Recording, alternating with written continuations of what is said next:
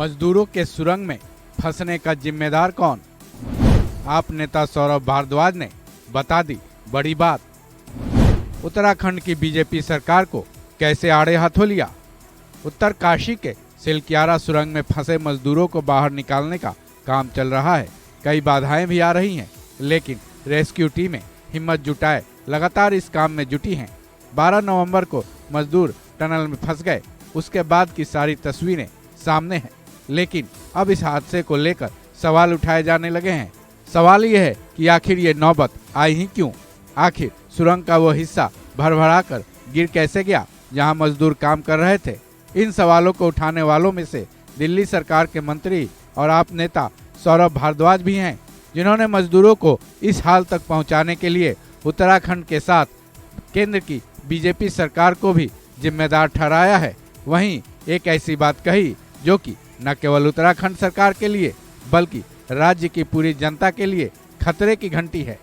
देखिए, 3 दिन पहले महज मैंने एक शक जाहिर किया था कि क्या इसके अंदर स्टैंडर्ड ऑपरेटिंग प्रोसीजर फॉलो किए गए थे, और अब जो खबरें अखबारों के माध्यम से मैं देख रहा हूं, वो डर मेरा सच साबित हो गया कि एनवायरमेंट क्लियरेंस को बाईपास करने के लिए सैकड़ों किलोमीटर रोड बनाने के प्रोजेक्ट को 53 अलग अलग छोटे भागों में बांटा गया और फिर उसको पास कराया गया ताकि एनवायरमेंट क्लियरेंस की जरूरत ना हो। तो आप एक बात समझिए, हिमालय जैसे सेंसिटिव और फ्रेजाइल जोन के अंदर इतनी चौड़ी और इतनी लंबी लंबी सड़कें बना के आप पूरे के पूरे एनवायरनमेंट को ध्वस्त कर रहे हैं।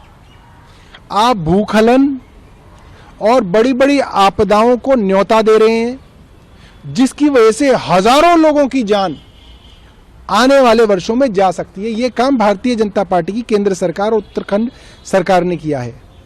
आपने पूरे के पूरे उत्तराखंड को एक टाइम बॉम्ब के ऊपर बिठा दिया है, जो कब फटेगा वो किसी को नहीं पता, क्योंकि आप भूवैज्ञानिकों की नहीं सुनते, आप एनवायरमेंटल एक्सपर्ट्स की नहीं सुनते, आप सुप्रीम कोर्ट की नहीं सुनते।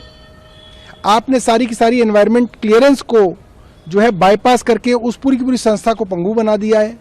ये एक बहुत ही बड़ी खतरनाक चीज जो है वो केंद्र सरकार ने की है, और मुझे लगता है कि इसकी वजह से लोगों का नुकसान होगा। केंद्र का कुछ नहीं जाएगा, लोगों का नुकसान होगा।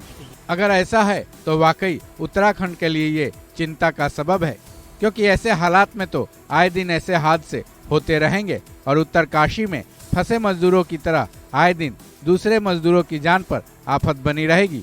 अगर दिल्ली सरकार के मंत्री सौरभ भारद्वाज की चिंता सही है तो जरूरत इस बात की है कि उत्तराखंड सरकार इस तरफ ध्यान दे और बिगड़े हालातों को पूरी तरह से ठीक करे।